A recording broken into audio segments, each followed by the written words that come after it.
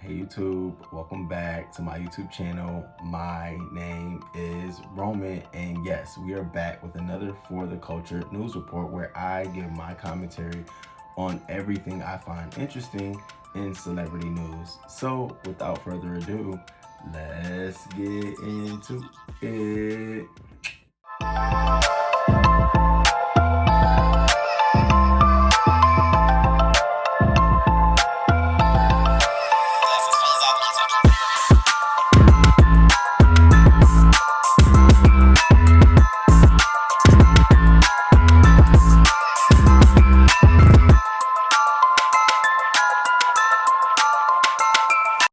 So Jussie Smollett, just a little quick on Jussie Smollett. So his jury selection for his case that he has in Chicago for the disorderly conduct, where he accused two individuals of racial rhetoric and threatening him and all kinds of things. One, I don't believe him at all. That's just me. But hey, everyone's free to believe whoever they want to believe. But he has jury selection scheduled for November 29th. But here's the thing.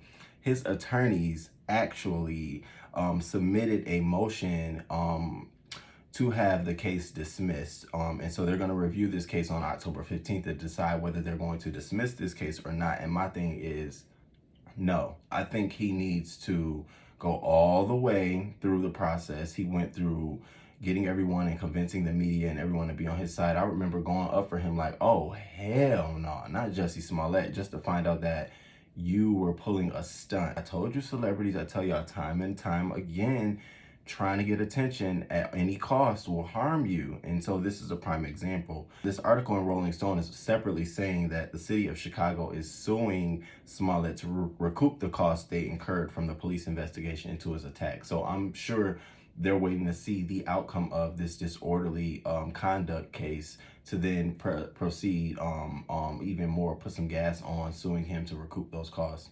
I don't feel bad for Jussie Smollett at all. I do feel bad for his family, his friends, and people who were associated with him.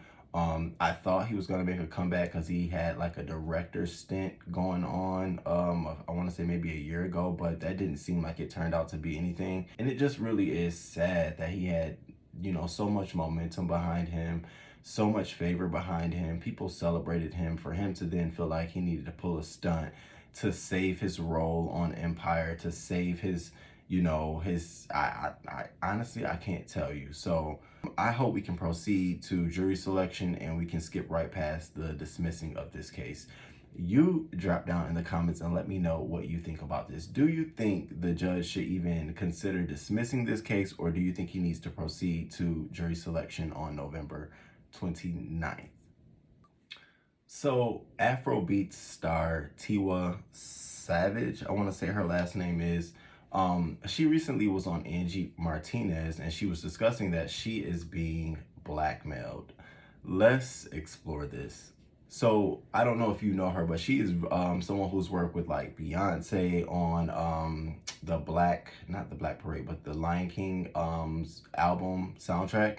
She also worked with Nas, and I think she worked with Brandy on a song, or wrote for Brandy or something like that. But she is pretty much well known in the industry, and she is also a decorated artist herself. So she was on Angie Martinez and she was talking about how someone is trying to blackmail a video of her that they sent to a member of their team, that she was performing a sexual act on her current partner. Now she goes on to say that it wasn't compromising, but it's a sex tape out here. Check out what she had to say. She's gonna mention it. So I'm in my car and one of my road managers sends me a message. He's like, yo, check your phone. And I'm like, oh, okay. So I check it and there's a video. And I'm just like, whoa. I'm like, where did you get this from? And he's like, I just got it like 20 minutes ago. And this is somebody on your team? Yeah. This video was sent to him. Mm-hmm. And I'm not gonna call it a sex tape, but it's a tape of me and the person I'm dating right now. Ay, ay, ay. And it got out. Has that ever happened before? No. No, I mean, has anybody ever sent you something of you? No, this is the first Like, time. have you seen this tape? Is this something This you is knew? yeah, it's recent. So it was like I think last month or maybe like 2-3 weeks ago. So yeah. Oh my and God, and I'm so sorry. I know. So you're in the middle of like crisis right now. No, that's crisis. That's not a small thing, baby. Like for a woman to have, and you have a son, and you have a career, and you have a. So I mean, you seem very like calm and okay, but yeah, because I like.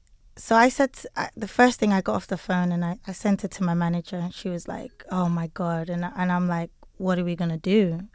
So the person's asking for money now. Of course. So is it the person you were dating? No. And he's going crazy too. So I'm like, what are we gonna do? And my manager's like, well, how much are they asking for? So I woke up and I was like, no, I'm not, because I pay it now, and then 2 months down the line you're gonna come back again, and then 2 years, and then who knows, even if I do send you the money, you probably would release it anyway. Like the fact that I'm not going to allow anyone to blackmail me for doing something that is natural. I can't even wait. This is the first time I'm having an interview that's what I'm with saying. you, and I'm talking. No. I mean, listen. This is what you're going through. Crazy. And it's weird because she was like, although her manager was willing to pay up, she didn't want to let it get leaked out. What I found to be interesting is, sorry Tiwa, but this is your fault. According, she's saying that she posted it on Snapchat and then quickly deleted it. You're a superstar. What the fuck are you doing posting anything you do sexual on Snapchat? I could see if you had a burner Snapchat account. I have a burner Twitter account. I have a burner Snapchat account. I have a burner Instagram account. I have a burner all of those accounts, and I go on there and I do dumb ratchet shit. No one can ever link it back to me. Different emails, and I'm a no fucking body. So to tell me somebody of your level think it's cute to, and what I think it is, I think you probably was giving your man some bomb head, and you felt good about it, and you put it on Snapchat, not thinking that somebody was like, oh, and now they're blackmailing you, and you're saying you rather put it out before somebody else puts it out because it's your business. But my thing is, then put it out. This wouldn't even have been a story on Angie Martinez if you felt that good about it. You probably don't. And what's going to happen is it's going to be some more barriers put in place for you to collaborate with other artists, for you to go in different spaces and certain spaces because of this. I don't know what kind of image you were trying to create for yourself, but sweetheart, this was definitely not it.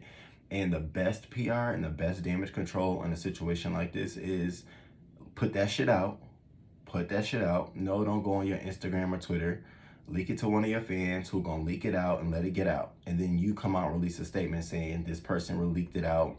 You feel bad. It was a moment. You do the sad story. Don't do it before the leakage. Do it after the leakage. Right now, you just building up PR for no reason. I would be so silent until something's leaked, and then you go out. So what? Everybody suck a little dick every now and again. Like, why are you blowing up about this?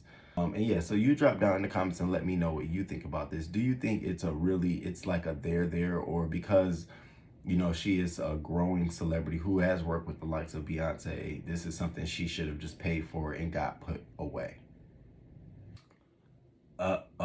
So one of my favorite shows that I used to watch on BET before I really stopped watching BET was The Game. It was such a refreshing show to see, people who were young, who were sexy, who were,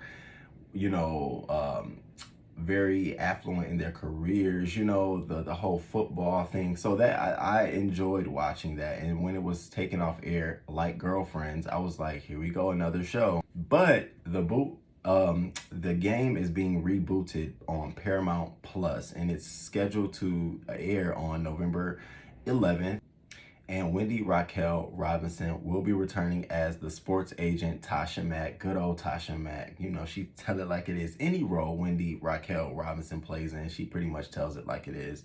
Hosea Sanchez will be returning as her son, and someone else who is going to be returning, Pooch Hall, who was Derwin Davis, but he won't be returning as the lead role.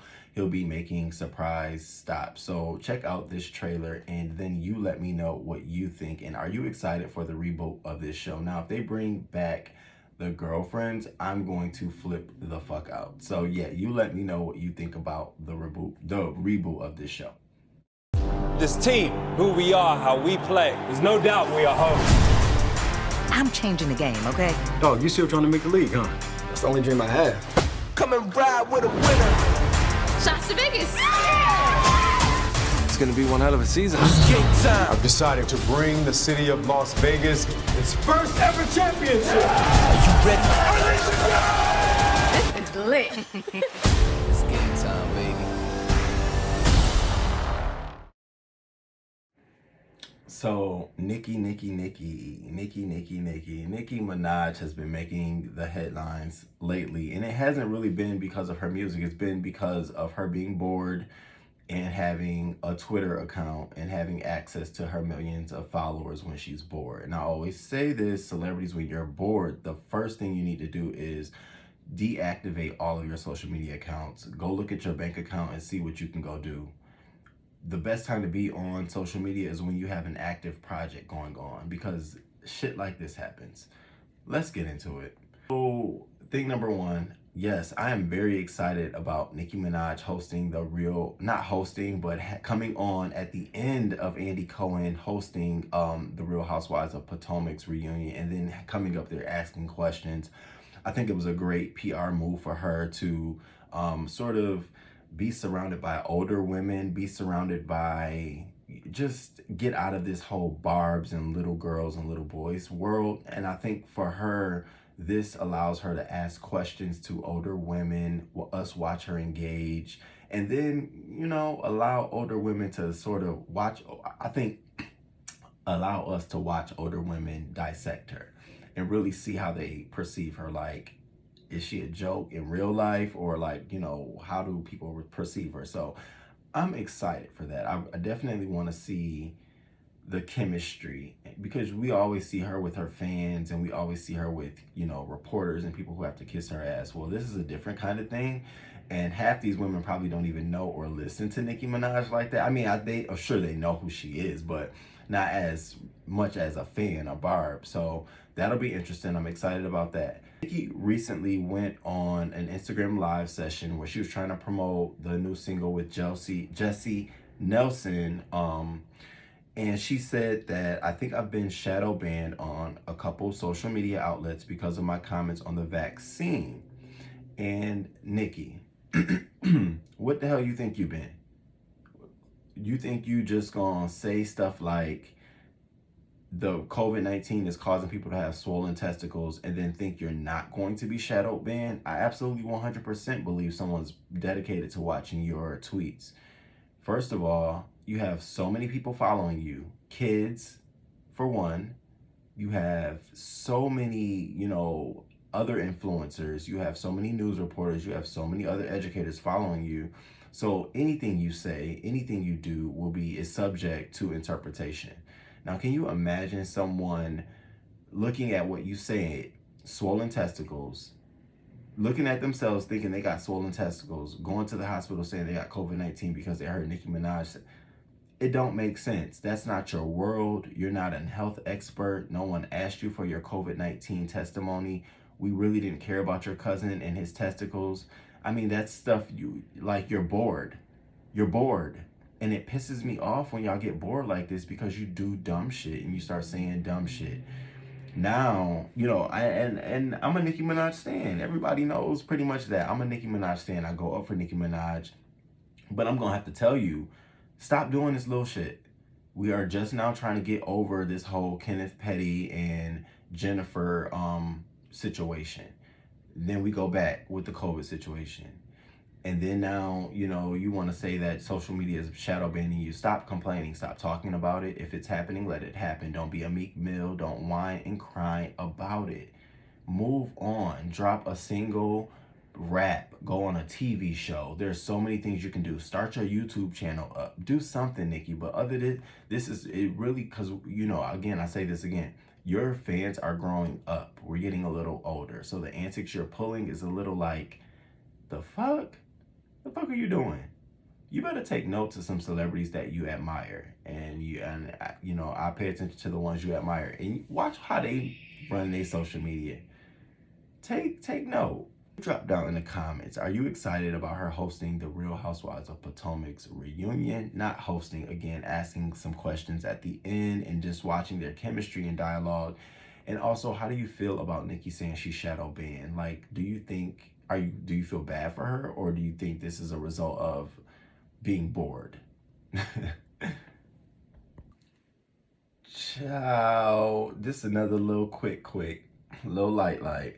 So the new TikTok trend that is taking waves over our kids in elementary, middle, and high school students is the slap a teacher challenge. Let's get into this. So apparently an elementary school student in South Carolina slapped their teacher in the head after following the instructions of a TikTok challenge and then recording it and uploading it. That wasn't the only incident. There were some other incidents in Connecticut. There were some other incidents in California where folks were slapping the teacher. And people are like, this is really getting to the point where lawmakers are now asking TikTok to do something about this. TikTok responded and said that they were removing all of anything that had to do with the slap a teacher challenge. They were removing it. And they were saying that it did not start from their platform and that, you know, they're trying to distance themselves from this. But a video, and I want you to watch this video, but a disabled teacher, she was 64. She was hospitalized after an 18-year-old female student punched her in the face as part of a sick slap a teacher TikTok challenge. Check this video out. I would have whooped her motherfucking ass. You got... I'm gonna start running. Make no sense, right?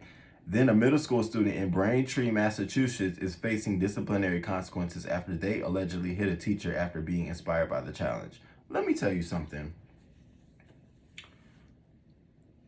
As somebody who is going to their job, going to work to provide education for students, to provide them with, you know, a sound perspective, to help them, guide them, to give them some sort of, you know, idea into the future by looking at the past and examining it.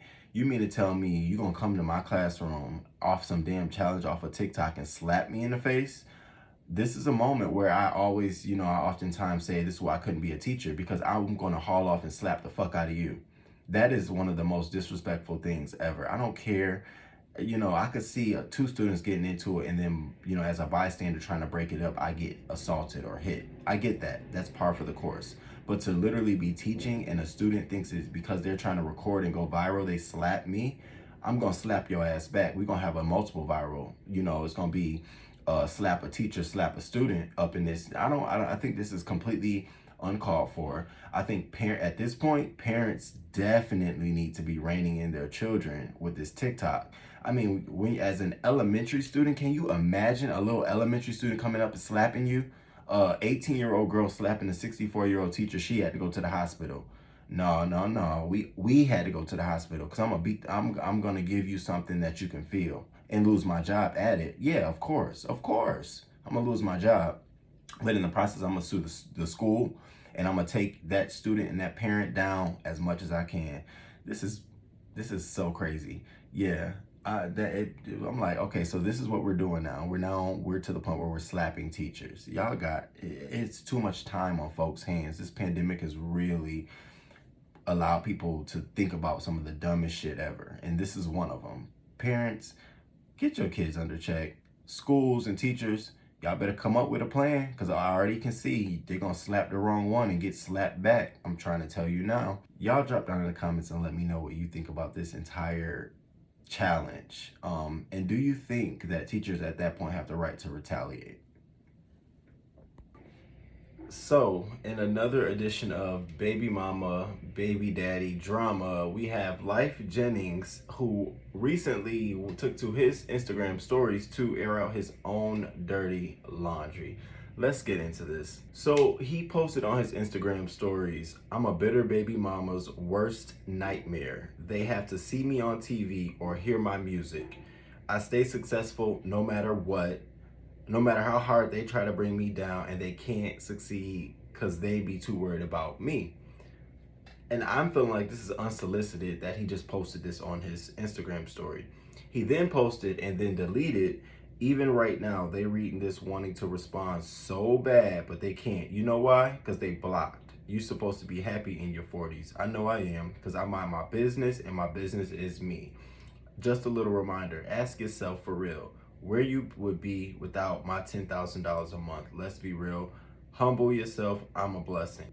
Allegedly, he pays around $10,000 a month in child support. Now, my question is it $10,000 per child, or is it $10,000 as a whole? And it leads me to believe that he's paying $10,000 as a whole, because Lyfe Jennings, nothing tells me that you got $10,000 per child. 7 kids, $70,000 a month. You don't have that kind of money. You ain't producing that kind of music. So when he posted this, one of the mothers of one of the kids basically reached out to Vibe magazine to clear up and say he does not and never pay her or any of the other mothers $10,000 per month. So here we are again, a man who, a celebrity who is struggling to cough up the funds for his child support. And it's so weird. He recently posted a picture celebrating the birthday of one of his daughters, and in the caption he said, "Daddy's working hard to see you or get you," or something like that.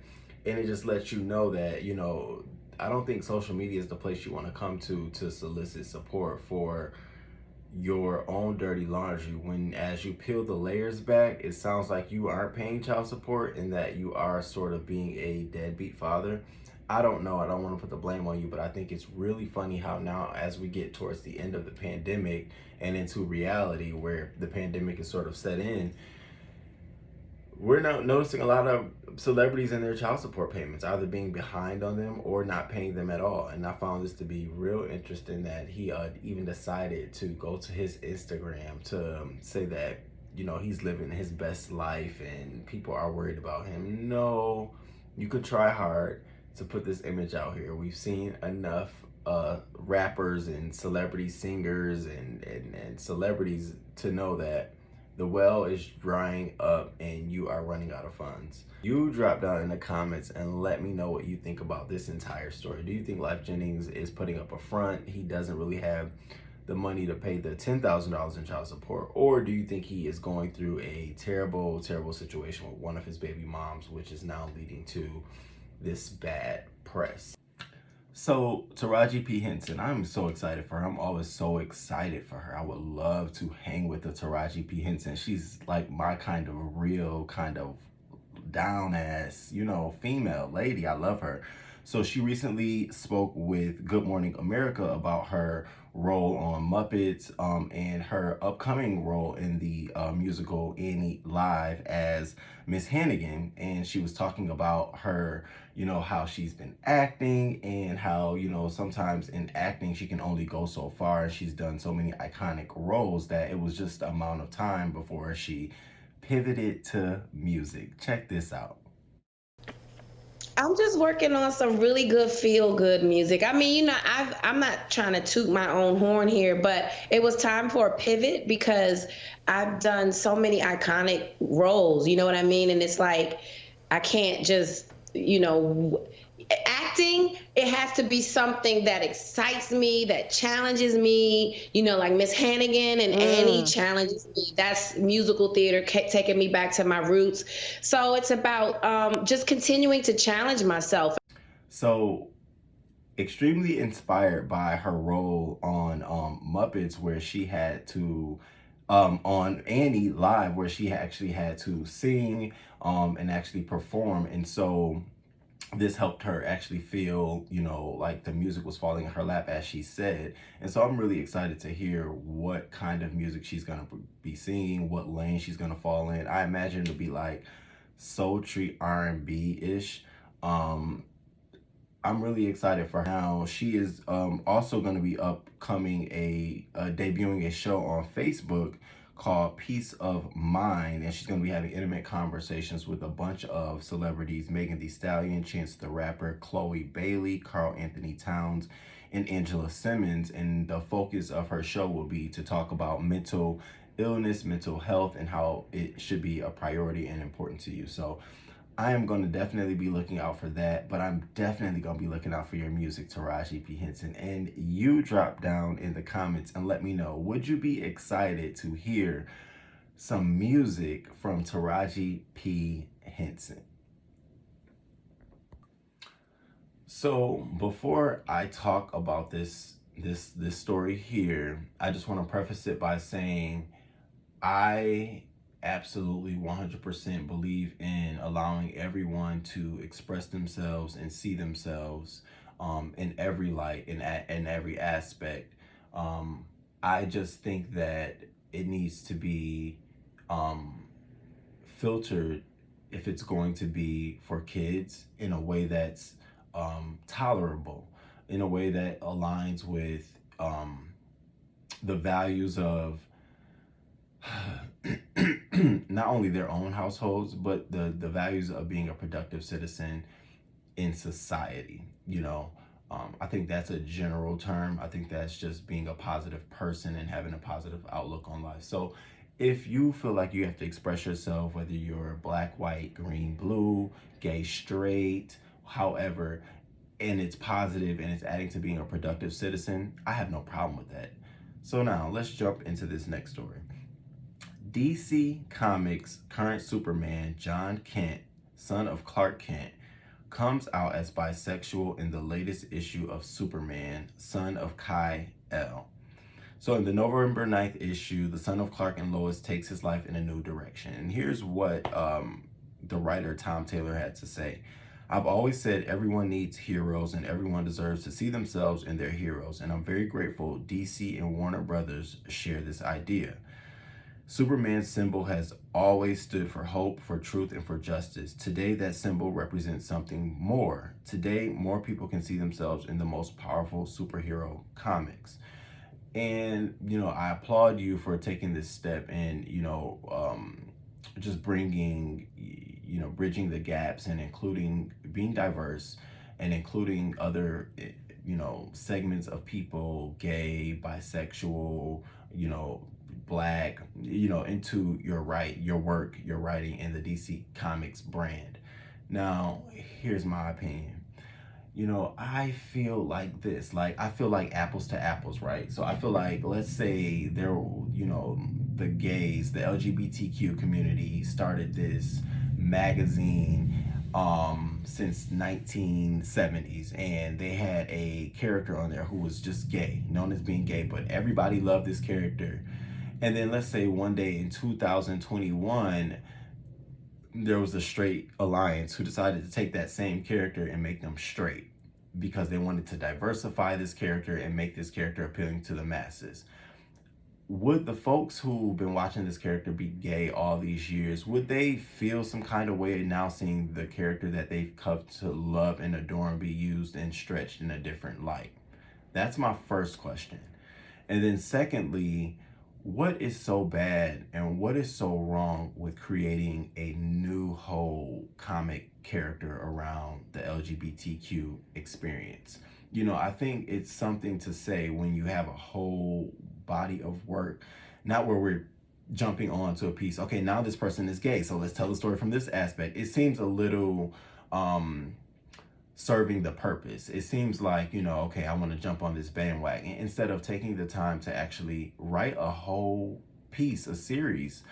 I think that may garner the same kind of attention. I think for a lot of adults, straight adults, I think for a lot of straight parents, hearing things like this, where they had the Blues Clues with the LGBTQ parade, and I think they had and now, where they're making a Superman, the son of the Superman character, bisexual, come out as bisexual, and there's even imagery of him kissing another man. What it does is, I know we're trying to bring in and make people inclusive. It also confuses those who've been following these certain magazines for years and years and years. It causes that slight portion of confusion, and that confusion angers folks. People don't like change like that. People don't like, and so I feel like stories like this need to continue evolving the way they are, But alongside that, you can start creating characters who could also be companion to, you know, they could cross over in episodes. But I really, sometimes I really don't like that, you know, when you start adding stuff just for the cause, instead of really thinking about how can we make this an inclusive project, who can we create and develop into a character that's originally started out as gay. You know, you think about how great it would be to watch a character from the beginning all the way to the end as a LGBTQ man, versus watching a character now be implemented in a body of work that already had a pre-existing history. You know, it's just a little messy, and I can see how some folks feel like there's a certain agenda being pushed. But again, I always feel like people, whatever walks of life, whatever background, should be able to express themselves as long as it's contributing to being a productive citizen and you're not taking away or hurting or harming anyone. So it's not that I don't want DC Comics to do a Superman character that's bisexual. That's not it at all. What I do want them to consider is give us our own shit. You know what I mean? Give us our own character. Give us our own series of movies. And let those characters from all come together. We can get our own lane, you know? It doesn't have to be write us into another movie. Sometimes that's counterintuitive. It makes us feel like, oh, we're an afterthought, versus, okay, you have your own. So that's where I stand. That's how I always stand when I see the inclusion of LGBTQs, blacks, Asians, you know, different genres of people, segments of people, identities of people added in to a film or thrown into a book or thrown into a show. I'm always like, oh, they're the afterthought, huh? And so that's what it gave me here. Like, okay. So you drop down in the comments and let me know what you think about this. And be honest, like, is this something you would consume? Or would you be side-eyeing a project like this? So thank you for checking out another episode of For the Culture. I hope you liked it, enjoyed. Please comment below, share the video out. If you have any suggestions you'd like to share with me, please feel free to do so. And until next time, deuces.